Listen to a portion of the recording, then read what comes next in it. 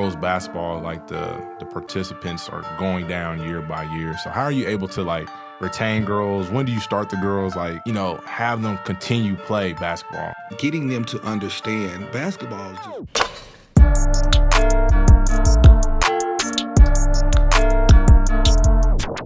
What's up, everybody? This is the Bench Starters. This is James.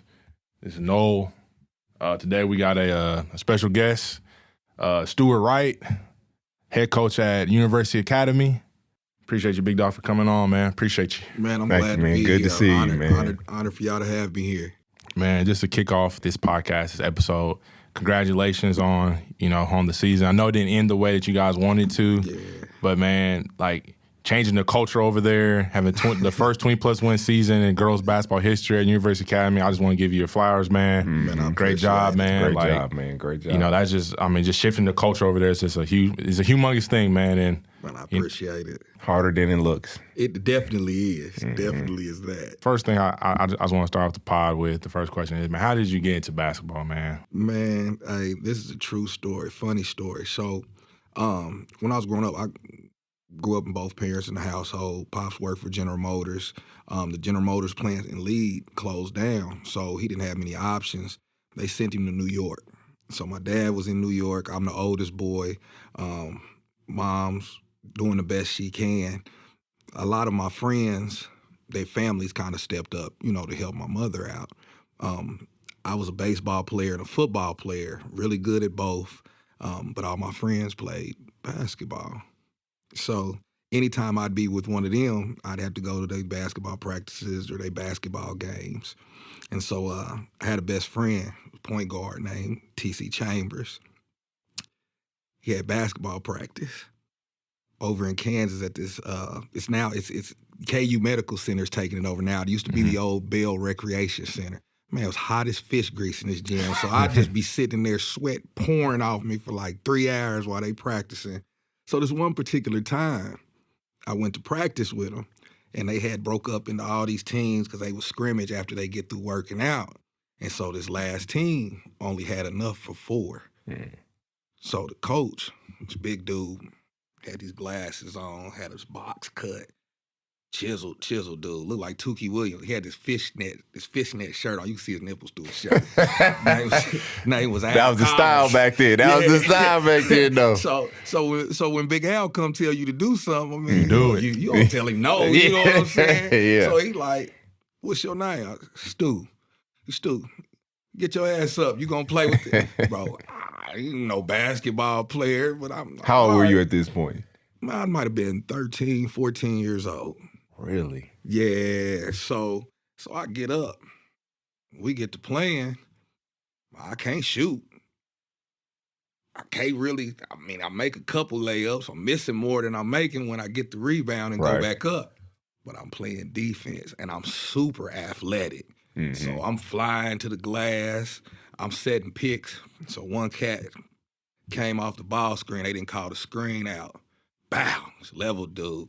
Oh, that was it. That's it. Hey, game over. We don't want nobody to get hurt.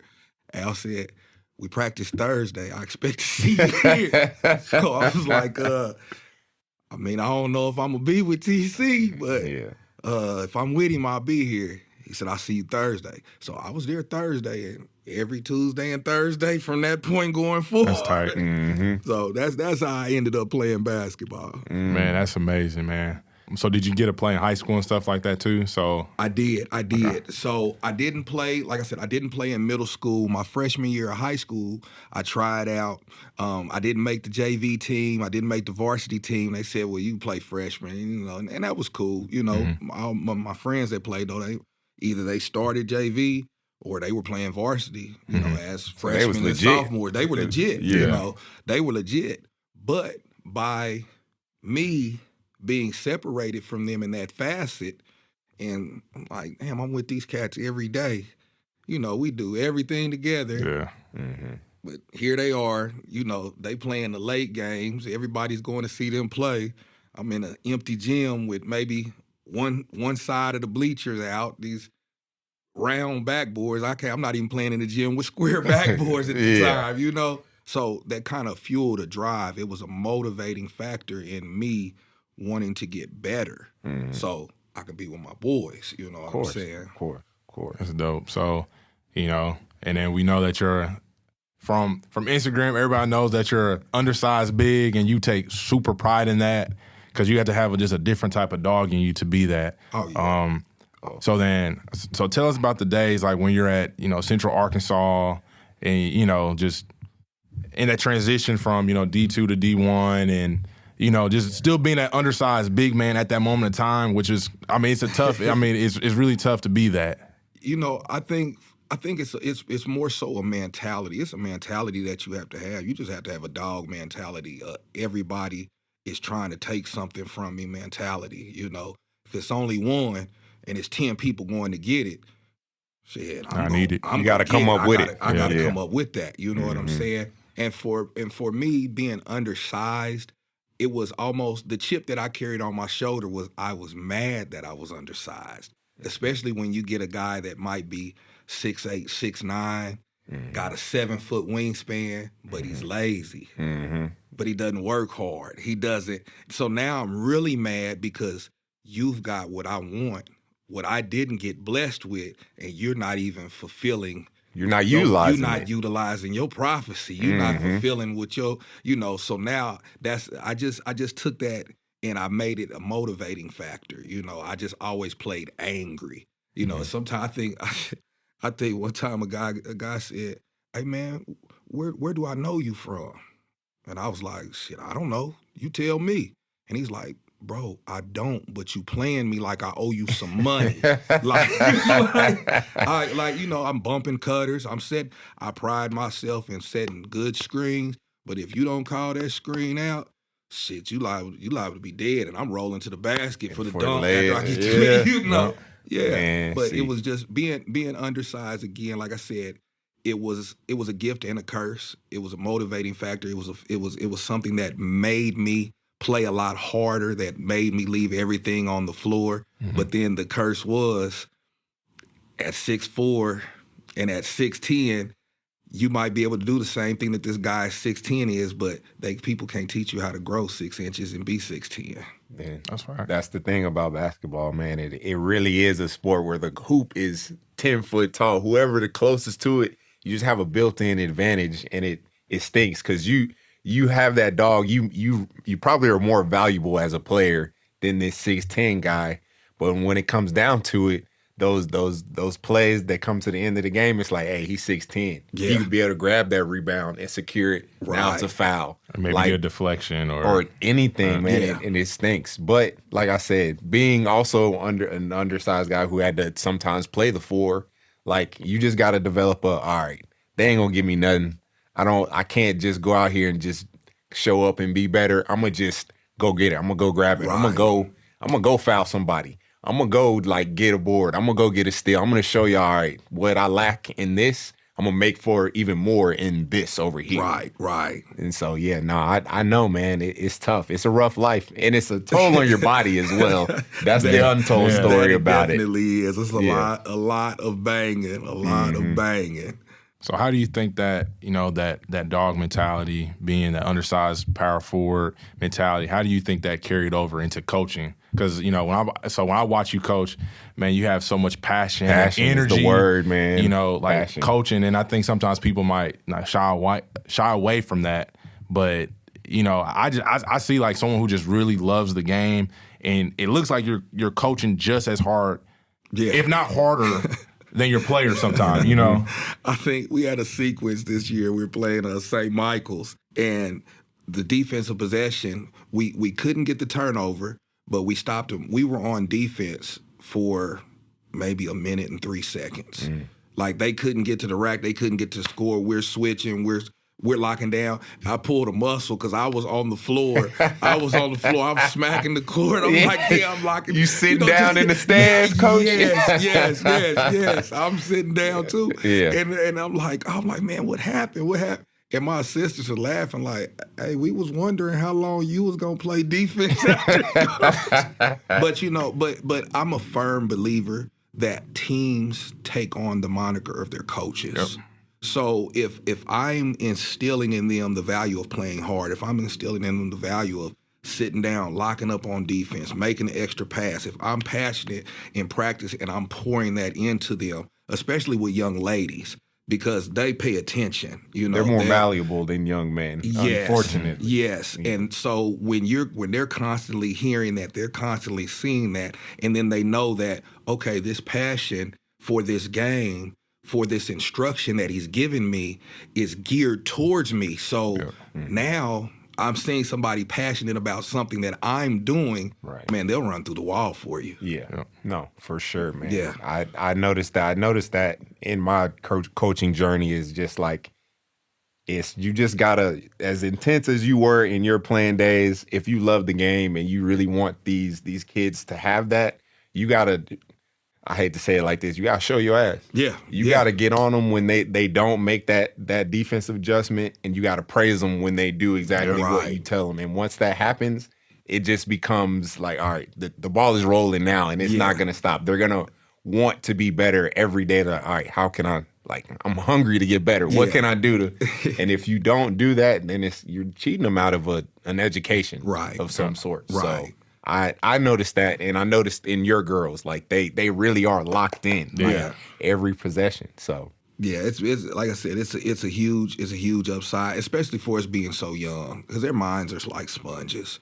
So they're constantly taking stuff in, absorbing it. So like you said, you get I get on their ass, and I tell them, if you can play for me, you can go play for anybody. Right. You can go play for anybody. And I've got a kid, the only senior I had last year in Brooklyn Davis. She's up at Milwaukee Tech now. And she said, Coach, I didn't understand. She said, but I see it now. She's like, I see it. I know why you did what you did and why you were screaming. And she said, so, a couple of coaches got on a couple of girls up there. And they were like, I'm about to leave. And they were like asking her, like, that don't bother you, don't you? She said, oh, y'all don't know my high school coach. This ain't nothing. This here's a cakewalk. Yeah. But I pride myself in making them understand that if you can survive here with the curriculum, if you can survive here with the coaching style, you can go play anywhere.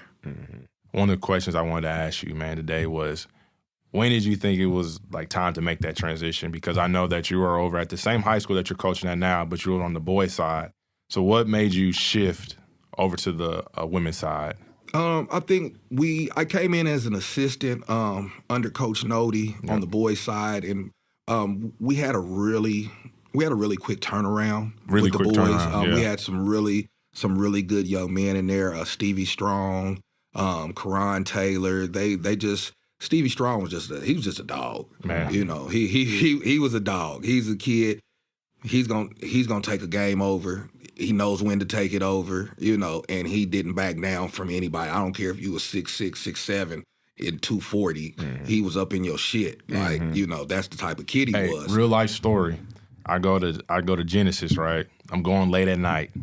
It's probably like midnight. He had just got done playing. I think you guys had played Hogan at a tournament, and I think it was a pretty close game, or maybe it wasn't. But I remember going to the gym, and Stevie Strong, like so he'll shoot like 30-footers, like 35-footers, like it's nothing. Like it's nothing.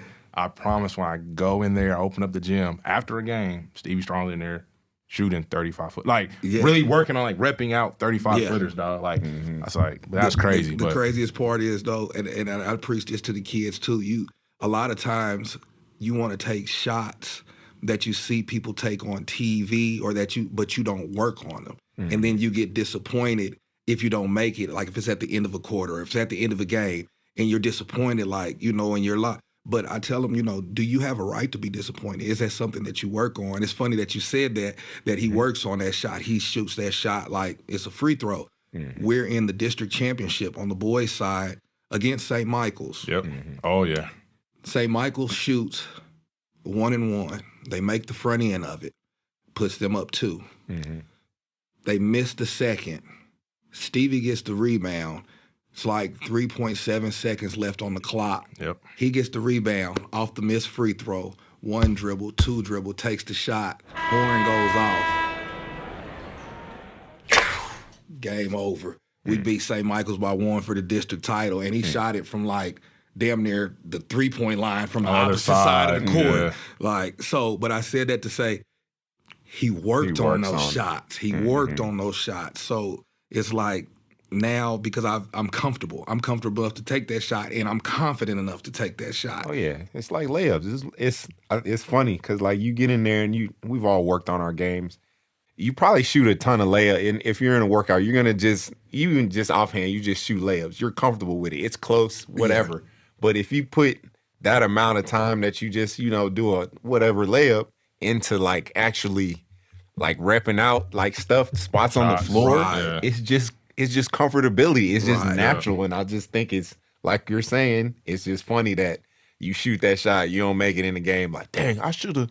And it's like, how many times in your workout did you shoot it? Did you shoot it 10? Did you make it 10 times in a row the same shot, or did you just? All right, I made it twice. Yeah, that's it. It's in my bag now. Let me. That ain't it. No, sorry, folks. That's not it. That's not the play. But yeah, like I said, making the transition from the boys, having so much success over there with them, and then that group going on and graduating, some going on to college, some going on to the military. But the girls, it was kind of heart-wrenching watching them before us, and the doors would just be getting blown off of them. And it almost was a situation to where you have kids coming out to play basketball just to say, I'm on the basketball team, just to put a uniform on. They're not working on their game. They're not playing in the summertime. They're not playing any pickup ball anywhere. Hell, half of them wasn't even showing up for practices, Yeah. And then you have 1 or 2 kids that are like, damn, I really wanted to do this, but I don't have anybody to, there's no supporting cast. They don't really take this seriously, so I can't expect anything from them, on the floor. Right. And so they're fading out like that, or they're walking away from the game because your parents not going to let you transfer because this is an academic institution. The opportunities coming out of here with academics is bountiful. They're endless. So you probably not going to the WNBA anyway. So no, you're going to stay right here. You don't have to play basketball. You're just going to stay here. You're going to graduate though. Right. So that was what was happening. And having younger daughters that were deciding they wanted to play, they wanted to transition into the game, and nieces, and it was an opportunity to say, well, okay, I can probably kill 2 birds with 1 stone here. I can send y'all here. Now you can have the endless opportunities with this college preparatory tuition, because University Academy pays our graduates when they go to college. They pay them while they're in college. A lot of people don't know that. So I said, bring my daughters over here, bring my nieces over here, a couple kids, because now you can benefit from this. And now we're going to get after it on this wood, too. And so the first year, it's funny because the first year that I took the head coaching position, my kids and their friends were still in middle school. Yeah, they're in 8th grade, right? Yeah. Noodles in 8th grade, yeah. It literally set it, it was perfect. Yeah, so I caught the back end of that. Yeah. We just showing up to hoop like, bro, I can't make this shit up. Realistically, I had 1 basketball player, Brooklyn Davis. She was the kid I'm telling you about that's at Milwaukee Tech now. Her sister was a cheerleader, but her mom made her sister play so we'd have enough to have a team. I had another little girl that was just super fast, didn't have a clue about the game of basketball. Like, she just run up and down the floor. I had a manager, and then I had another cheerleader that had some knowledge of the game, but she was a soccer player, and so she helped out. I had 6 players total all year long. And we went 6-14. So that 6 games that we won was more than they had won combined in the prior 2 years. So it was, but that's already a great transition. We can do the needle. That's what I'm saying. You did. So it was like, and the people were like, oh man, and the school was like, oh man, good job, coach. I'm like, we only won 6 games, but they aren't accustomed to winning anything. Yeah. You know, they weren't accustomed to winning anything, much less kids coming out and competing for a full 4 quarters, 32 minutes. So to them, it's like, yo, this is great. Like, you know, but I already knew what I had coming in from that middle school too. So I said, if y'all like this, get a load of what's getting ready to happen. Right. And sure enough, you know, those babies came in, and I said, well, you know, I feel like y'all understand the assignment and you're up for the challenge. We went to the utility room. They said, Coach, these the uniforms we gotta play in. So I'm looking and I'm like, the first instinct's like, yeah, well, y'all gonna have to earn. Y'all gonna have to come in. Y'all gotta do this, X, Y, Z. We gotta earn some new uniform. But then I was like, nah, y'all coming in fresh. I need Let's y'all change to it. let's go ahead and start changing this culture now. Yeah. So one of the things was the school and the school bylaws, the school won't buy black. So they won't buy black travel suits. They won't buy black uniforms. They won't buy anything black. You know, it has to be School gray. colors, It has to be powder blue. It has to be white. Cannot be black. So first thing I did was I hit up a couple of my partners, Eshai Henderson, Jelani. I hit up a couple of my guys. Hey, I need these uniforms. This is how much it's gonna cost. Whatever you can come up with, call somebody else. Tell them I need these uniforms. It didn't take that long, man. Cash App start pinging, ping, ping, ping, ping. You know, That's love, though. So That's love. yeah, they man. Shout out Eshai too, man. Shout out Eshai Henderson. Man. Yeah, but like I said, it didn't take long. Got the uniforms ordered, so uniforms arrived. Coach, you got a package. I'm saying, yeah, it's probably the uniforms. I get there, I open them up. Oh, the administration's like, oh no, you can't do it. I said, y'all didn't buy these. I said, I bought these. So now they're like, now the admin is looking at me like, all right, brother, we go, you know. And so we got these new uniforms, these black, and they were black with the South Beach style uniforms too. So they had the number down here with the stripes, so the kids were excited. Right. Fast forward to the start of the season, we play in the usually play in the Summit Christian tournament. That's gets us warmed up. Usually Harrisonville, Summit Christian. You get a couple of 4As, but mainly 3A schools or independent schools over there. Girls never won that tournament. They either get a consolation trophy or they don't get a trophy. So last year we beat everybody by 25.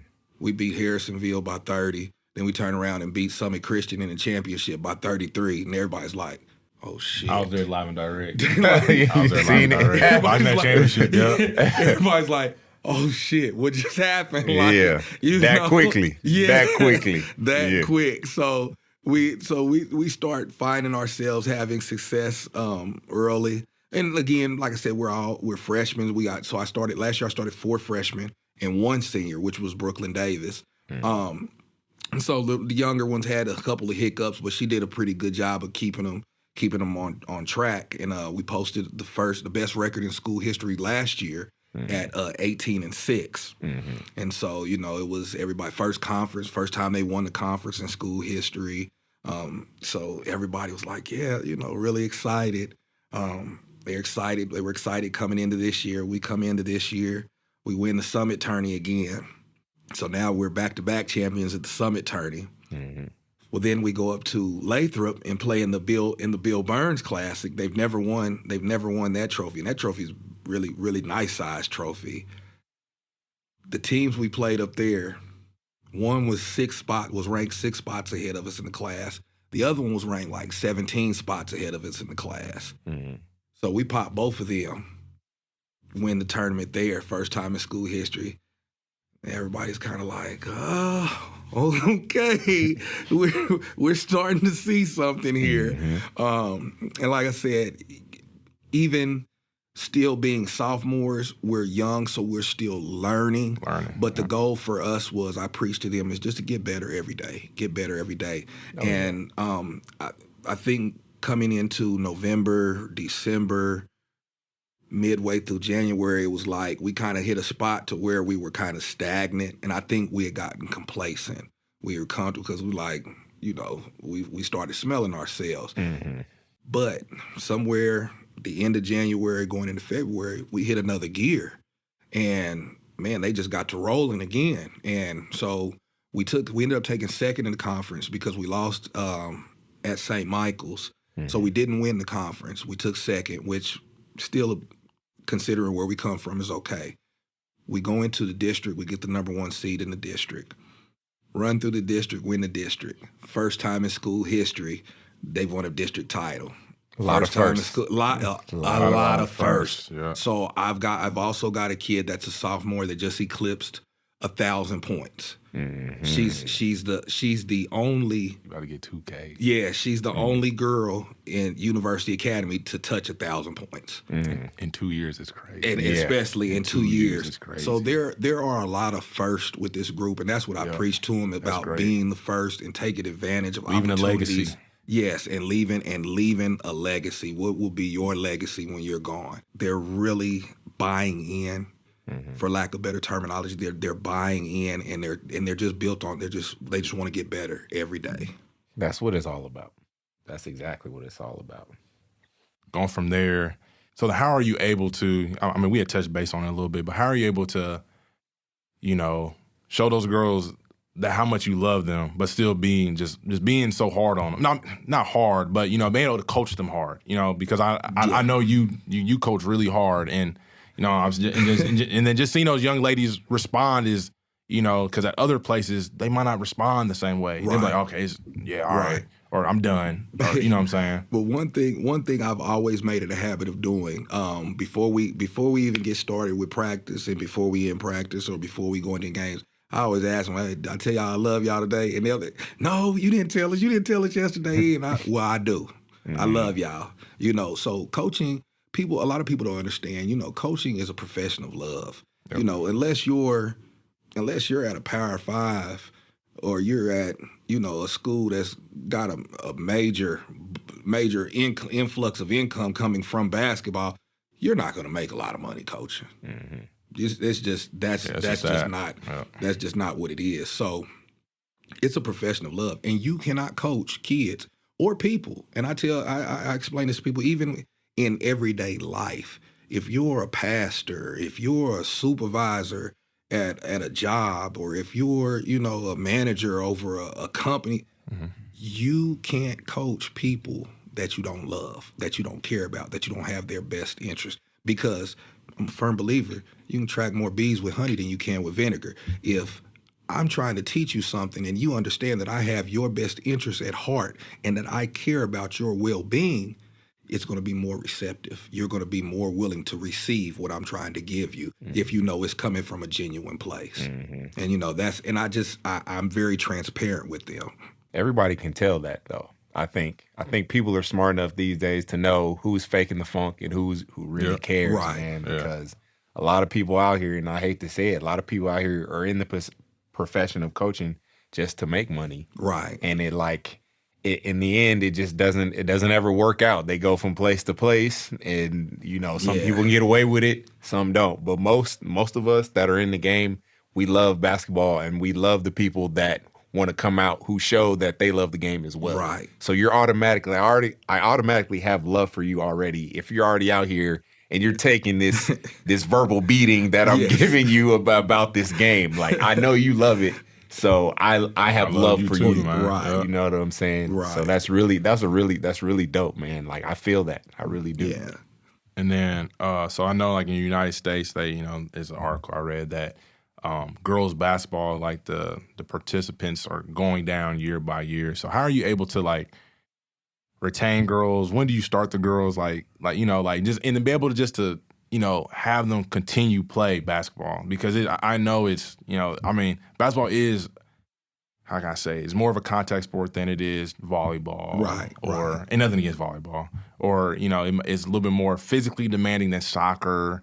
So how do you get those girls to still be able to be like, man, I love basketball. I love Coach Stu. I'm actually not leaving this, you know what I'm saying? Because I love this sport now. I think getting them to understand basketball is just a tool that's going to bring everybody together. It's a tool that goes into your tool belt. Everybody knows if you're a carpenter, you have multiple tools in your belt. Basketball is just one of those tools. So what basketball does is, one, it brings us together. But two, it gives you an opportunity to get a free education. Because I tell them all the time, right now, I don't have any WNBA players on my roster.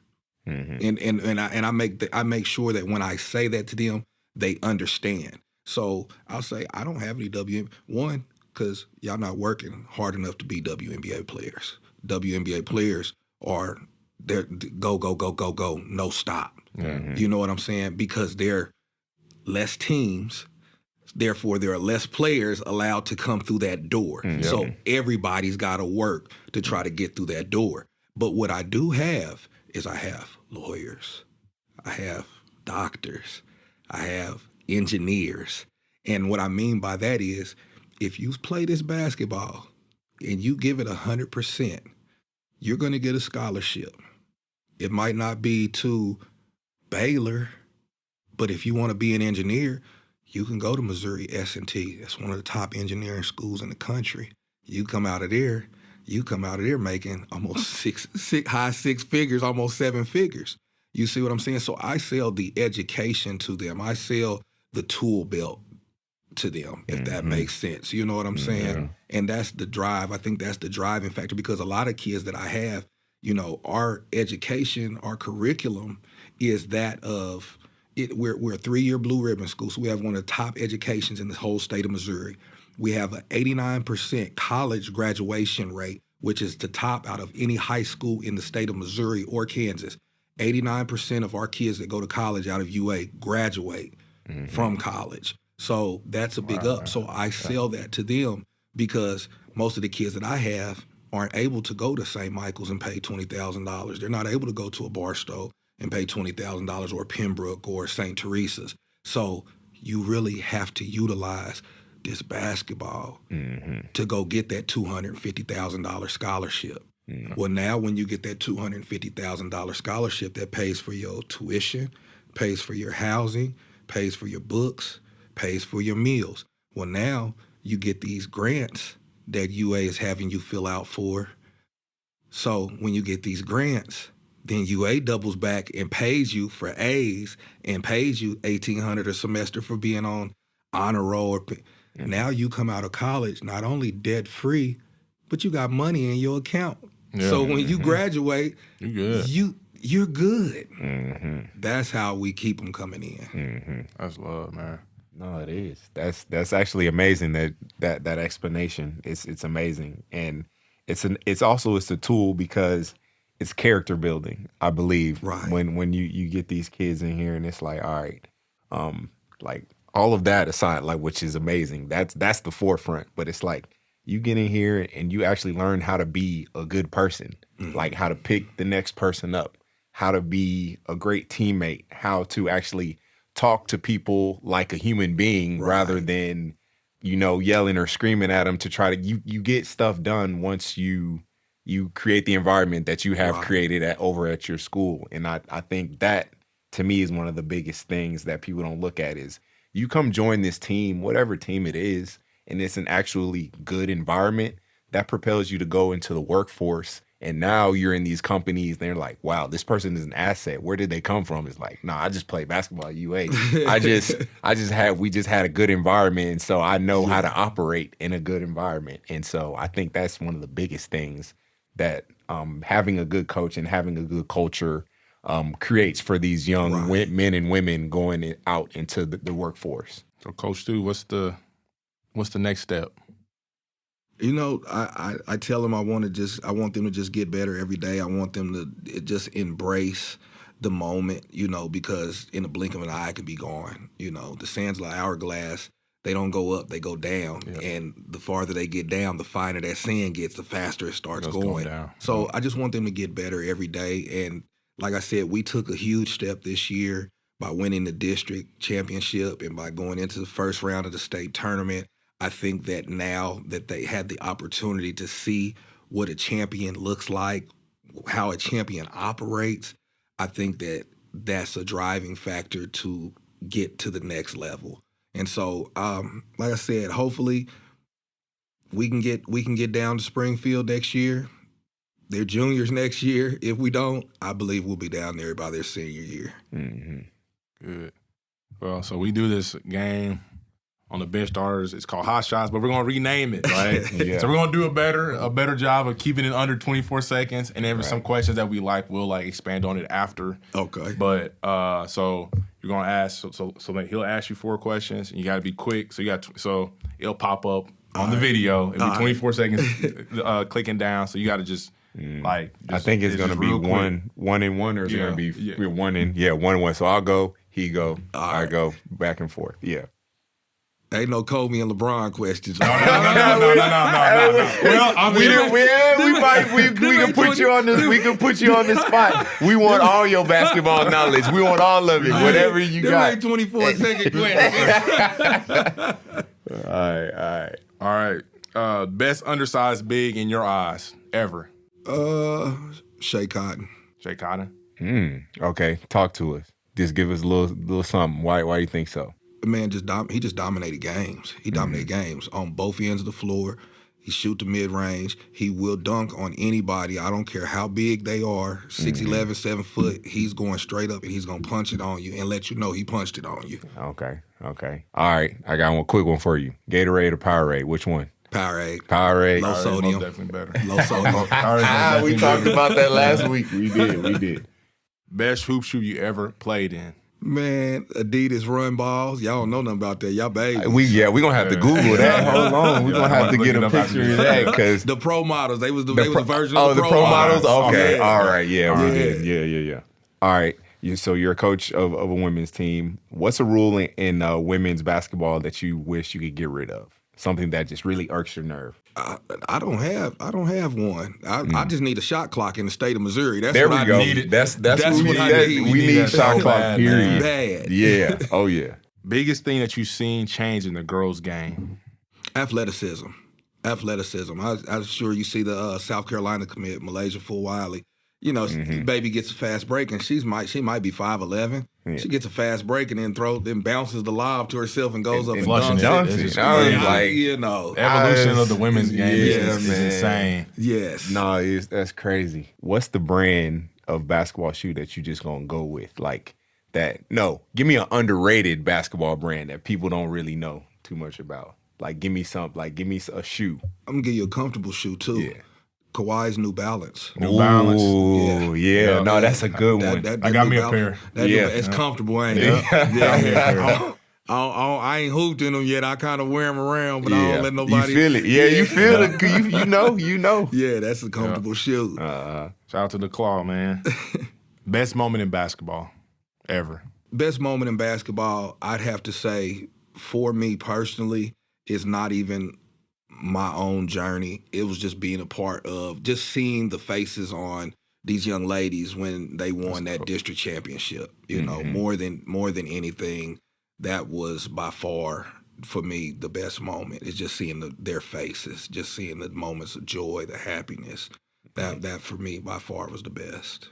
That's great, man. Hey, Stu, I appreciate you, man. You've always been, kind to me, man. I remember, being in the gym with your niece and then seeing, both your nieces, or no, all four of them. I remember all four of them. Oh, you got a whole clan of hoopers? Yeah. Oh, okay. And then Noodle, and you know what I'm saying? Just, like I tell people all the time, like I love watching Noodle play because she reminds me of my little brother so much, how they move around the floor and stuff like that. It's just funny. It's just like, but they were in the same gym working out and stuff like that. So, I appreciate you being on the show, man. Man, I appreciate y'all having me. I most definitely had to make that call. I was like, man, I got to get them on, man. Yeah, so I appreciate you. It's an honor, man. I appreciate y'all having me. Oh, yeah. No, definitely, man. You definitely poured in a lot to us this hour that you were here, man. And hopefully next year that state championship is you guys', man. Man, I'm praying for it. I appreciate it, brother. All right, man. And this is the Bench Starters, and we logging out, man.